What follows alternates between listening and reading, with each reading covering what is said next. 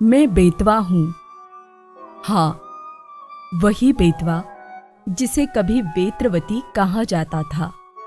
मेरा जन्म हुआ था मध्य प्रदेश के रायसेन जिले के झीरी गांव में, विंध्याचल पर्वत की गोद से। मेरा बचपन पहाड़ियों के बीच दौड़ते भागते बीता। मैं वहां से चलती रही, कभी चट्टानों से टकराई तो कभी किनारों को सहलाया। मेरी लंबी यात्रा लगभग 590 किलोमीटर की है और आखिरकार मैं उत्तर प्रदेश के हमीरपुर में जाकर बहन यमुना से गले मिलती हूँ। लेकिन मैं सिर्फ पानी की धारा नहीं हूँ। मेरा इतिहास पुरानों से जुड़ा है। ओरछा के तट पर मेरी गोद में राम राजा मंदिर बसा है। वहां आने वाले भक्त मेरी लहरों में अपनी आस्थाएं बहाते हैं। बुंदेलखंड के लोगों के लिए मैं जीवन का स्रोत हूँ और उनकी आस्था का आधार भी।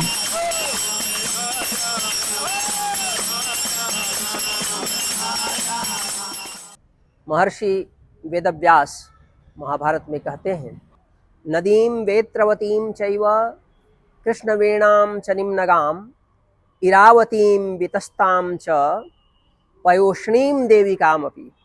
तो यहाँ अनेक पवित्र नदियों के साथ वेत्रवती नदी का भी महाभारत में उल्लेख किया गया है।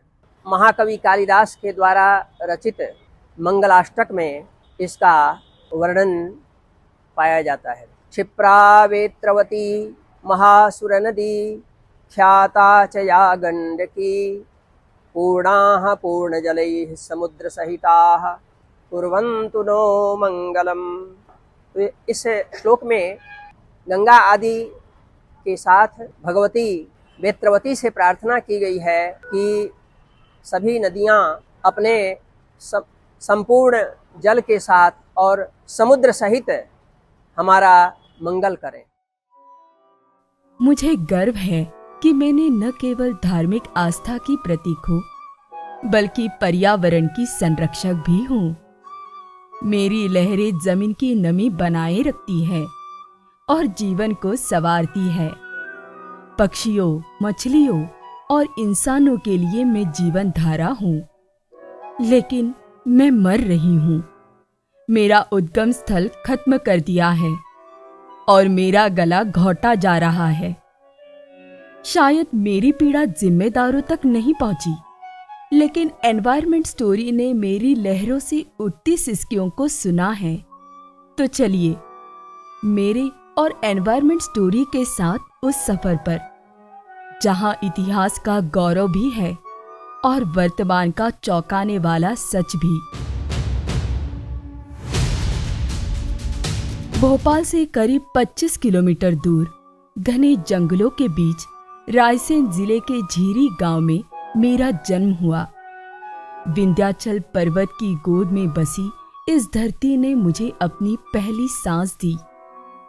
मैं यहाँ की चट्टानों के बीच से फूटी, जैसे किसी माँ की ममता से जन्मी संतान।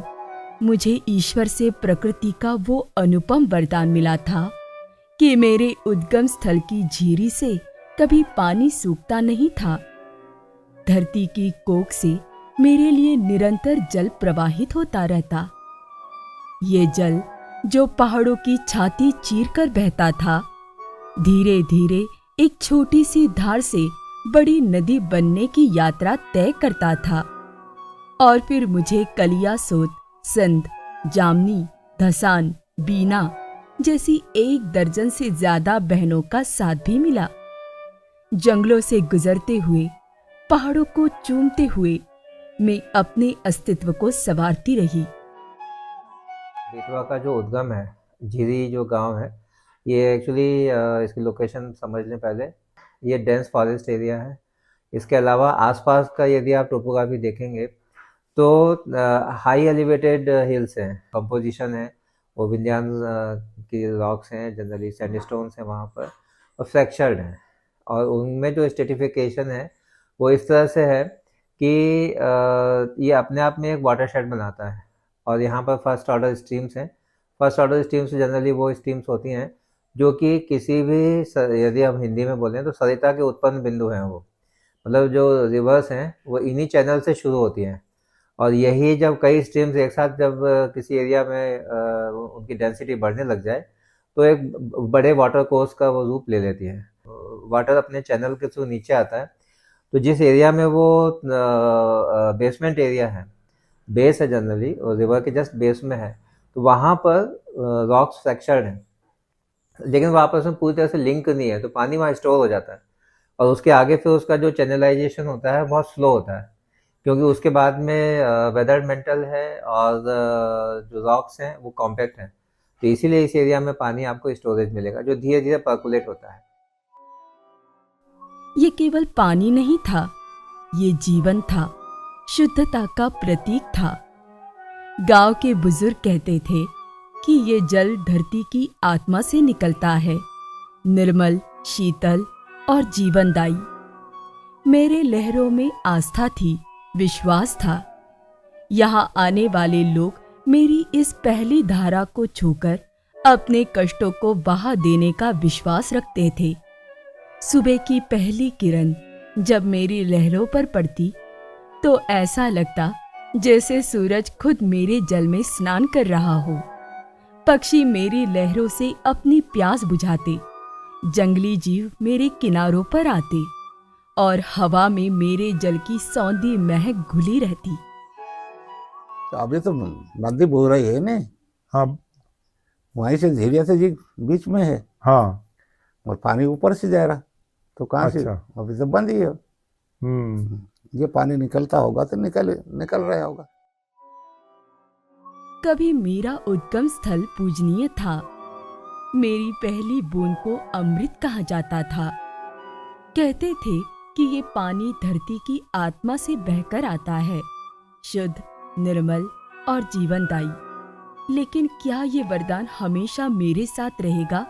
क्या मैं हमेशा ऐसे ही बहती रहूंगी, या फिर एक दिन मेरी ये अमृत धारा सूख जाएगी और मैं सिर्फ इतिहास के पन्नों में सिमट कर रह जाऊंगी? बेतवा के उद्गम स्थल पर, झिरी के जो मुख्य उद्गम स्थल है, बरसों से जो मान्य उद्गम स्थल है, हम उसके मुख्य उद्गम स्थल पर पहुंच चुके हैं। और यहाँ पर देखिए, हम बताना चाहते हैं, आपको बताना चाहते हैं कि ये उद्गम स्थल जो है, ये गौमुख के मुख्य पास से पानी लगातार पानी आते रहता था, और ये अनवरत पानी बरसों से पानी लगातार यहाँ से आ रहा था, और वो पानी धीरे धीरे जाके बेतवा के मुख्य स्थल के रूप में यहाँ पर पहुंचता था। मानवजन्य खुरापातों और तरह तरह की व्यवसायिक गतिविधियों के कारण जो है वो पूरा अंदर का जो उद्गम स्थल है वो पूरी तरह से डिस्टर्ब हो गया, और जो नेचुरल जो सिस्टम था, नेचुरल जो चैनल थे पानी के, वो डिस्टर्ब हो गए, और आखिरी में ये उद्गम स्थल आप देख रहे हैं पूरा सूख गया है। ये अभी बना ये पर ये वही तो ये बना, तब ये लेवल हो गई कम। अच्छा अच्छा। जैसे इसका ऊपर आता था ना प्रभाव, हाँ हाँ, वो कम हो गया इसके, वो इसके बनने से ये रुक गया, लेवल कम हो गई। अच्छा, इसके मारे हुआ है ना? इसके फिर वो पाइप सड़ गया। हाँ, पूरा पाइप नहीं है उसमें जी, सोपेट पाइप बिल्कुल सड़ गया, आधा टूट गया उसमें। हाँ हाँ, तो मलबा आ गया उस नीचे। हाँ हाँ हाँ। ये गौमुख में आएगा पानी। हाँ, पहले इसमें से बहुत जोर से हाँ, आता था पंडित जी। अभी क्या आपके है? हिसाब से बंद आपके सामने हुआ ये बंद? ये मेरे सामने, मैं लग रहा 14-15 महीना होगा धीरे धीरे। अच्छा अच्छा। बिल्कुल लग रहा रात दिन ये कि भगवान 1 फीट आ जाए 1 फीट आ जाए। 15 महीना होगा मुझे। ये ऐसे इसको अपने आप पहले चालू था, पहले चालू था, फिर बंद कैसे हुआ पंडित जी? ये सबसे बंद प्रमुख तो यही बनाया था आपने कि ये गौमुख से आ रहा है पानी, ये यही प्रमुख बनाया था। हाँ, ये प्रमुख बनाता है, और यही बंद हो गया, यही बंद हो गया है ना? खोदना, उकाड़ना, बावड़ियाँ उकाड़ना फालतू, इसलिए लेवल कम हो गई। अब ये कर रहा है पंचायत के द्वारा, कैसे भी का लेवल कम हो गया। ये बावड़ी घोड़ा दौड़ बावड़ी है सर, यहाँ से है बावड़ी। अच्छा, ऐसा है, अथाह बावड़ी है। और यही बंद हो गया पंडित जी? ये पक्का बना दिया तब बंद होगा, नहीं अगर ये कच्चा होता तो अपने आप पानी। हाँ, पहले आ ही रहा था। तो ये देखो मतलब इसके बनने के, ये देखो ना, घेरा रुक गई जी। ये पक्का बनाना, ये हाँ सीमेंट हाँ, का, ये पानी रुक गया नीचे से, हम्म, है नीचे से। अगर ये कच्चा होता तो अपने आप पानी। तो पंडित जी इसको बनाए क्यों? ये क्योंकि हमें तो आपको खाने की जुगाड़ने की लग रही तो कुछ तो करोगे।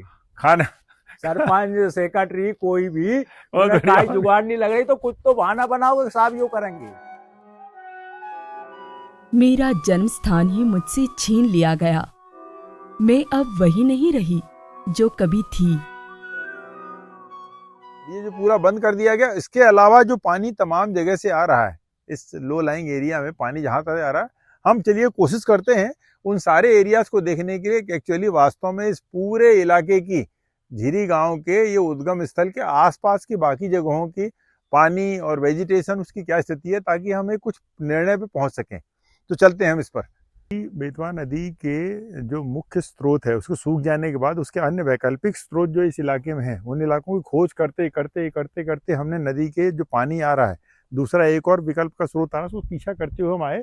यहाँ पर आप देखें कि यहाँ पर आके नदी जो है वो बंद हो गई। ये बेशरम की जो बेल है ये बताती है कि पानी यहाँ पर पानी सड़ रहा है, क्योंकि बेशरम बेल होती ही सड़े, जहाँ पानी दलदली और सड़ने लगता है पानी वहीं पर होती है। लेकिन ये जो इलाका है, ये जो आपको दिख रही जमीन, धसी हुई जमीन दिख रही है, ये धसी हुई जमीन इस बात का गवाह है कि पहले यहाँ पर ये पानी का स्रोत यहाँ जा रहा था, जिसे बंद कर दिया गया और उसके जाने आने का ये रास्ता निर्मित किया गया। और ये रास्ता ही अपने आप में बता रहा है कि इस रास्ते को बताने के लिए, यानी जंगल के अंदर जहाँ पर वनों की कटाई है, जहाँ पर खेती या अन्य व्यावसायिक कार्य किए जाने का जो उपक्रम दिख रहा है, उसके लिए रास्ता बनाएगा। और ये जो पूरा स्ट्रीम थी, जो ये हम देख रहे हैं कि यहाँ पर जो निचला जो इलाका है, धसी हुई ज़मीन है, इस बात की गवाह है कि इलाका था। लेकिन यहाँ पर हम देख रहे हैं कि पीछे की तरफ कुछ मकान बने हुए हैं। चल के वहाँ देखते हैं कि वास्तव में ये लोग ये यहाँ कैसे कर रहे हैं और इसका कुछ संबंध है कि नहीं। अब उसके देखने के लिए हम चलते हैं ताकि हमें पता चल सके ये क्या हो रहा है। जाम सिंह भाई, मैं ये जानना चाह रहा था कि ये जो पानी है, बहुत तेज़ी से जो पानी अभी आ रहा है, वो पानी कहाँ से आ रहा है? जो पानी, हाँ, ये पानी जो अपना प्लांट से, ये प्लांट मतलब ये जो डैम है, हाँ डैम से मतलब अपना प्लांट बना है। हाँ। सिंपल से फिल्टर होके अपना ये नदी बेतवा उसका है, उसके अंदर मिल जा रहा है। हाँ इसके अंदर मिल रहा है। मतलब आप कह रहे हैं कि जो डैम का पानी है, वो डैम का पानी यहाँ से लेकर के वहाँ जा रहा है। मतलब ये सा उद्गम तो वही है। हाँ, हमारे स्थान से बसी गते 3 पीढ़ी है हमारी। हाँ हाँ, तीसरी पीढ़ी है। मतलब मेरा पिताजी से वो है, और इतने हमारे 34 साल हो चुकी। अपना कोल्हार हाँ है डैम का, हाँ डैम का अपना आया इस सैंपल प्लांट, हाँ, सैंपल प्लांट से आया अपना उसका फिल्टर, हाँ। ये अपना नदी का है, ये नदी का उसका रोक करके और ये पानी यहाँ से निकल जा रहा है जैसे अपना सिंचाई हो रहा। हाँ, और ये पानी फिर बाद में जाके मिल जा रहा है वो वहाँ पर अपना बेदी, ये झीरी के जो वो है बेतवा उद्गम, उसकी बेतवा उद्गम में मिल जा रहा है। बेतवा उद्गम में वो अपना कुदरती से पानी मिल रहा है इसमें। निकल रहा है, ये पानी उसी में मिल रहा है। हाँ उसी में मिल रहा है। हमने ये जो पानी आ रहा है, उस पानी को फॉलो अप करने के लिए, उसको फॉलो करने के लिए हम इसके उस पे गए कि ये पानी का स्रोत कहाँ है। हमको ये पानी का स्रोत घूमते हुए बाद में ग्रामीणों ने बताया कि पानी ऊपर से जो कोलार डैम है, उसका जो बचा हुआ पानी है, जो इरिगेशन के नाम पे छोड़ा जाता है, वो जो पानी है वो सीपेज का पानी और कोलार डैम का बचा हुआ रिसाव का पानी है, वो पानी आ रहा है। और ये पानी वहाँ से आ रहा है। और ये पानी मिल कहाँ रहा है? ये कॉन्फ्लुएंस पॉइंट है जहाँ पर पानी मिल रहा है। इतने बुरे दिन आ गए हैं मेरे कि अब मैं खुद के पानी के लिए सरकारी लापरवाही पर निर्भर हो गई हूँ। कभी मैं पहाड़ों से निकलकर जंगलों को सींचती थी, अब टूटी फूटी नहरों से अपना अस्तित्व बनाए रखने को मजबूर हूँ।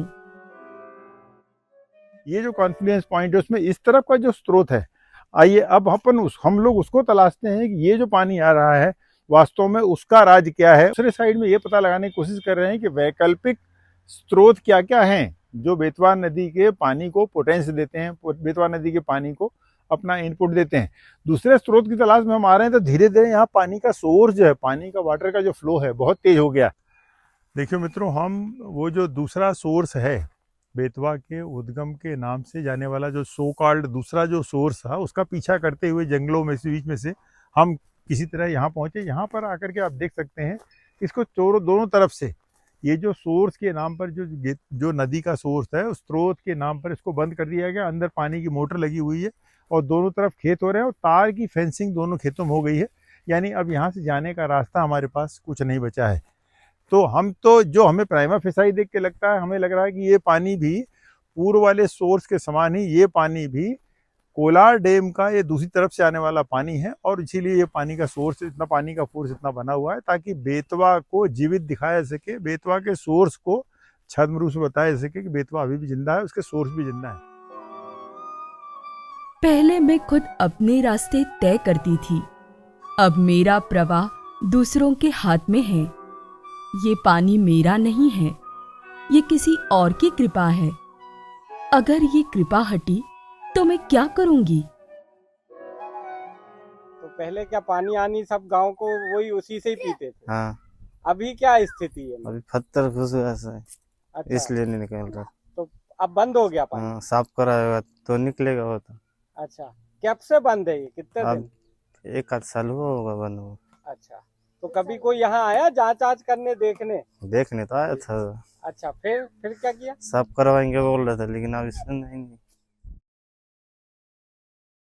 मैं अपने उद्गम स्थल झीरी गांव से निर्बाध बहते हुए पहाड़ों और जंगलों के टेढ़े मेढ़े रास्तों से गुजरकर पहले सघन रहवासी इलाके मंडीदीप पहुंचती हूँ। यहाँ के औद्योगिक क्षेत्र और नयापुरा मेवाती से ही मेरी सांसें घुटने लगी। कारखानों का जहरीला कचरा मुझ में घुलने लगा। मेरी निर्मल धार गंदे नालों में बदलने लगी। भोपाल, विदिशा और रायसेन के औद्योगिक कचरे ने मुझे भीतर तक जला दिया है। हर दिन मुझ पर 37,000 किलोग्राम बायोकेमिकल वेस्ट का बोझ डाल दिया जाता है।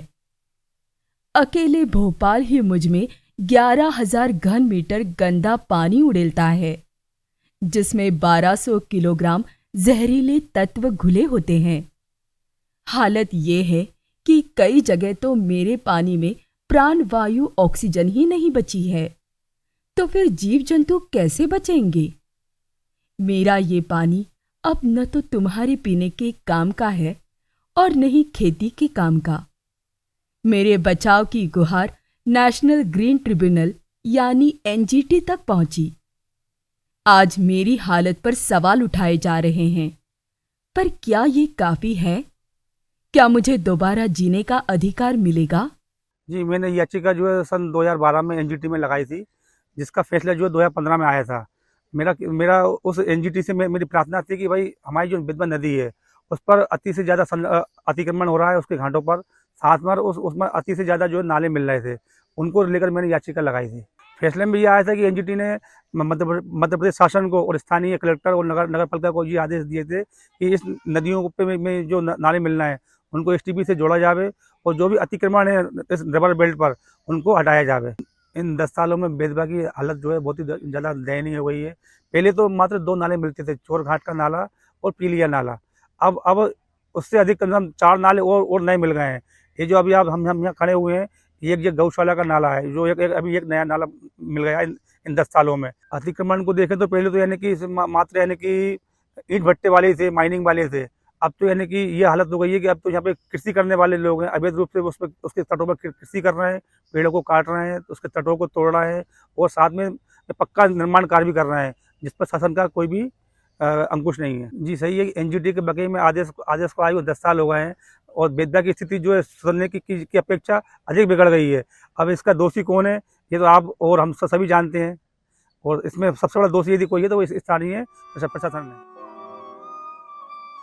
मैं चुपचाप सब कुछ सह रही हूँ, सब कुछ देख रही हूँ। उम्मीद थी कि शायद कहीं मेरी शुद्धता लौट आए, लेकिन जब मैं हमीरपुर पहुंची तो मेरा पानी इतना जहरीला हो चुका था कि इंसानों के लिए इसे छूना भी खतरनाक था। मेरा पानी जो कभी जीवन देता था अब जहर बन चुका है। Madhya Pradesh pollution control board यानी एमपीपीसीबी की 2023-24 की जो रिपोर्ट आई है उसके अनुसार बेतवा का पानी ई कैटेगरी का हो चला है, यानी ये पानी अब नहाने धोने का या पीने के पानी का कोई पर्पज नहीं रहा। ये पानी अब पीने के काम का तो छोड़िए, अब नहाने धोने का भी काम का नहीं रहा है। देश की 38 ऐसी हाइयर पॉल्यूटेड नदियों की पहचान की गई है, उसमें बेतवा का नाम भी लिया गया है। ये नदियाँ वो नदियाँ हैं जिनमें केमिकल ऑक्सीजन डिमांड यानी रसायन के कारण होने वाली गंदगी जो है उसका मान 250 मिलीग्राम प्रति लीटर से अधिक पाया गया है। एक की यदि बात करें तो पूरी ओवरऑल ये संरचना देखें तो जो बेतवा रिवर है वो अब सीजनल रिवर हो चुकी है। हम लोगों के अपने कर्म के कारण इतना जो बेतवा है वो सीजनल रिवर हो गई है, इसीलिए इसमें 60 से अधिक ऐसे स्थान मिले हैं जहां पर पानी में ऑक्सीजन ही खत्म हो गया है। नदी में यदि ऑक्सीजन नहीं रहेगी तो जीव जंतु कैसे बचेंगे, और जीव जंतु से ही नदी और हम लोगों का जीवन जो है वो बच पाता है। पानी में सबसे ज़्यादा खराब बात यह है कि बेतवा की नदी के पानी में मलमूत्र के बैक्टीरिया यानी कोलीफॉर्म की मात्रा बहुत ज़्यादा मिलती है। 80 से अधिक स्थानों को ऐसे आइडेंटिफाई किया गया है जहां पर बैक्टीरिया का मान या कोलीफॉर्म का मान 40,000 MPN से ज़्यादा है। ये सारी स्थितियां जो है बहुत ज़्यादा प्रदूषण को बताती हैं और ये बता रही है कि नदी का भविष्य आगे उजला नहीं है, नदी समाप्त हो रही है। मेरे किनारों पर बसे शहरों को देखो, विदिशा, गंजबा सौदा, झांसी, ओरछा और ललितपुर। लाखों लोग मेरी लहरों पर निर्भर हैं। मैं उनके खेतों को पानी देती हूँ और उनके जीवन का आधार हूँ। बुंदेलखंड के प्यासे गांवों के लिए तो मैं एकमात्र आस हूँ। मेरा सफर यही खत्म नहीं होता। उद्गम स्थल से निकलकर पहाड़ों को चीरती जंगलों को पार करती हुई 590 किलोमीटर का सफर तय कर पहुंचती हूँ हमीरपुर। यहाँ मैं अपनी बड़ी बहन यमुना से गले मिलती हूँ और फिर यमुना मुझे गंगा से जोड़ देती है।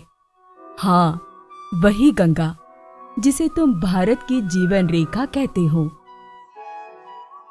हमारे देश की सबसे पवित्र और धार्मिक नदी और पौराणिक नदी गंगा में केंद्र सरकार के द्वारा बहुत सारी योजनाएं चालू की गई उसको साफ रखने के लिए, स्वच्छ रखने के लिए, जिसमें से अधिकांश आपको मालूम ही है। राष्ट्रीय स्वच्छ गंगा मिशन है, गंगा एक्शन प्लान है, नमामि गंगे योजना है। इस पर हजारों हजार करोड़ रुपए खर्च हुए, लेकिन मजाल है कि गंगा साफ हो। गंगा कतई साफ नहीं हुई, बल्कि दिनों दिन गंगा लगातार प्रदूषित होते जा रही है।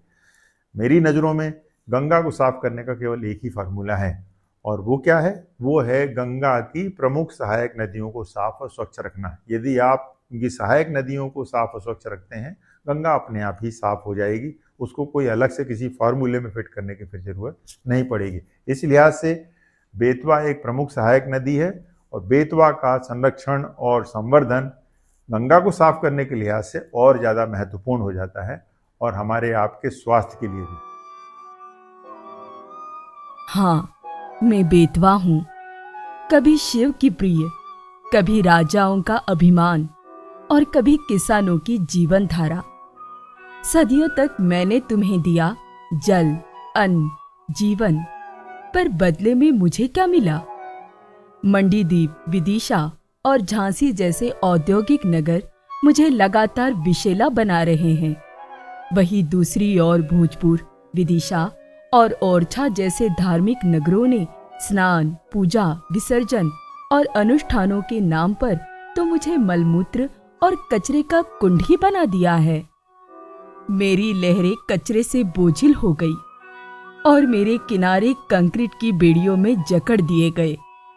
जन्म जन्मांतर से लगातार तुम्हारी प्यास बुझाने वाली मैं अब आज खुद प्यासी हूँ। तुम्हारे खेतों को सींचने वाली मैं आज खुद बंजर होती जा रही हूँ। अरे ना समझ, क्या तुम्हें एहसास भी है कि अगर मैं नहीं रही तो तुम्हारा क्या होगा? मैं आज भी बहना चाहती हूँ, कल कल करके तुम्हारे बच्चों को उसी शुद्ध जल से नहलाना चाहती हूँ, जिस जल का कभी तुम्हारे पूर्वजों ने आचमन किया था। पर अगर तुमने अब भी मेरी पुकार नहीं सुनी तो एक दिन तुम्हारी ही किताबों में लिखा होगा, यहाँ कभी बेतवा बहती थी। मैं मर रही हूँ, मैं सिसक रही हूँ, पर मैं जीना चाहती हूँ। मुझे बचाओ, अपनी आने वाली पीढ़ियों के लिए, अपने ही भविष्य के लिए। एनवायरमेंट स्टोरी ने मेरी कहानी तुम्हें सुनाई, अब इसे आगे ले जाना तुम्हारी जिम्मेदारी है। क्या तुम मेरी आवाज बनोगे?